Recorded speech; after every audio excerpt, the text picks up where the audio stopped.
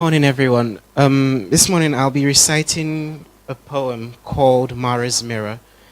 I'll read it first before giving you a brief insight into what it's about. Ruby red droplets shimmered as they spilled from an open vein. He loves me not. Why was she staring at her mirror again? Cold thoughts laced in oxygen filled her head as a bitter burning pain. I want him, he wants me more. Mara didn't realize she was going insane. She wiped unshed tears from her face and watched her mascara run down in jagged lines. I love him, he loves me more. Please tell me why she couldn't read the signs. Mara stared at the mirror and told her the truth. I know that my husband crosses several lines, but I need him, he needs me more. Why then do I feel the goosebumps ripple down my spine? Mara ran her fingers through her glowing skin. It was almost impossible to tell she was bruised, for her attacker was meticulous and shrewd, so only her soul was colored with the ways she'd been misused. He loves me not. She just couldn't comprehend that she was being used, and the self-professed love her husband felt for her were his ways of preying on the confused. Mirror, mirror on the wall, Mara said, if only you have a mouth to speak. For your counsel is all I have left. Won't you open your eyes and reveal to me that which I seek? Mara jumped back with a start, as the mirror formed an image with a wisp and a creak. The mirror became her image, and began to utter the words which made her weak. I've been with you for many years now, and I still don't understand which makes you weep. Your husband does not deserve you, the mirror added. He is the nightmare hidden in your sleep. Mara's eyes glimmered angrily as she said, he loves me and that which we share is deep. The mirror stared at her through convex eyes and said, tell me, which shepherd do you know that destroys his sheep? Mara attempted to object, but the mirror continued, then tell me, where are your children now? Non-existent, for the miscarriages he's caused you to suffer have made your womb as deathly as the pox of a cow. All the times he's hurt you without touching you, I'm sure I don't need to repeat you how.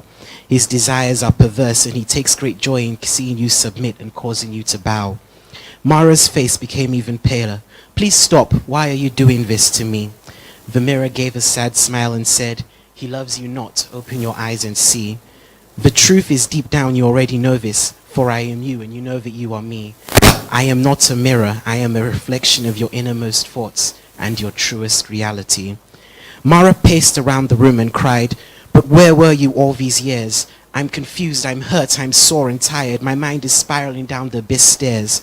The mirror shimmered a sigh and said, but I pricked you when you withdrew from friends, and you knew better than to isolate your peers. When you quit work, I pleaded with you, yet you labeled your family's worried gazes as judgmental and hateful stares. And I've been with you all this time, watching you repeat the words, he loves you, but you know he loves you not. And yet you allow the same thing over and over again like a programmed mindless robot. He is not your destined one, he is a devil, one that puts poison in your life's pot. Hear my words and listen now, he is your doom and the harbinger of an evil lot. Stop, mirror, Mara commanded. Be quiet, I refuse to hear your ramblings anymore. These things you say I cannot obey, they are lies and an unholy chore. The mirror ignored her request and said, do you remember when you picked him up a bastard and poor? You groomed him, fed him, clothed him, yet now he calls you witch and sleeps with you like a cheap whore. I've told you to stop, Mara wept. Only death will do my husband and I part. That much is true, the mirror agreed, for time is ticking in and closing in on your heart. And the one who bears the watch is your husband, and even now he tips poison on his dart. It is not to escape, for to part is better than for murder to do you part. I said stop, Mara screamed, I love him. And she gave one last look at the mirror before delivering a deathly blow. And the mirror image of her disappeared, as the mirror first gave a crack, and then shattered in a dying glow.